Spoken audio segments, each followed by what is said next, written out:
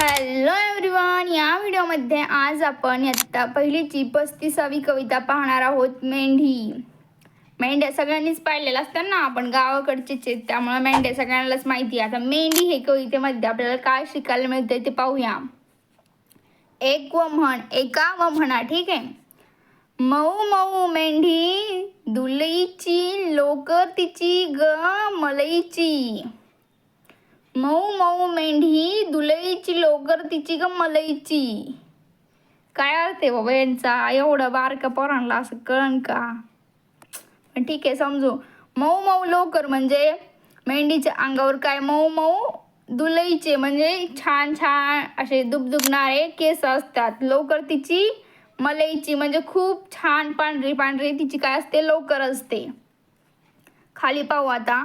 लुबू लुबू गवतात बागडते. मेंढी कुठं बागडते तर गवतात बागडते. कशी? तिच्या अंगावर खूप केस असतात ना, तर ती अशी भरल्यागत दिसती. मग अशी लुबू लुबू म्हणजे काय, असे टवटवीत दिसते ती.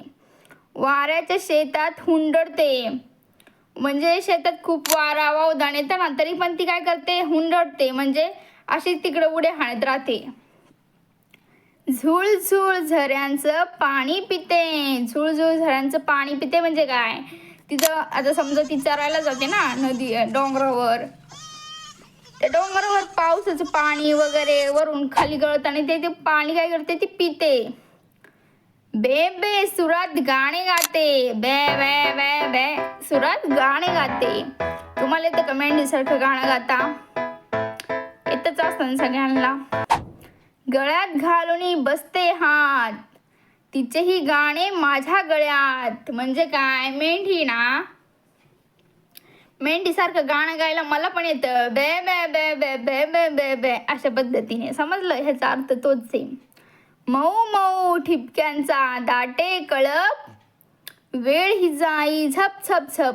म्हणजे काय, मऊ मऊ ठिपक्यांचा दाटे कळप म्हणजे मेंढी काही एक असते का, जो मेंढीपाळ असतो ना त्याच्याकडे किती मेंढ्या असतात, तर मऊ मऊ ठिपके म्हणजे एक ठिपकं म्हणजे एक मेंढी. असं मऊ मऊ ठिपक्यांचा कळप म्हणजे एक झुंड तयार होतो ना, आणि ते चालायला लागल्यावर कशा झप झप झप सगळा त्यांचा कळप एका साईडने निघून जातो. अशा पद्धतीने ही मेंढीची कविता होती. ह्या खाली चित्रामध्ये तुम्हाला दाखवलेली आहे. शहरातील मुलं असतील तर पाहून घ्या. मेंढी अशी दिसते. पांढऱ्या रंगाची असते, काही काही काळी पण असते, काही काही तांबडी पण असते, पण जास्त करून पांढऱ्या रंगाची असते.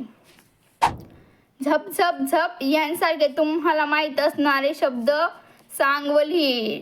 टप टप टप.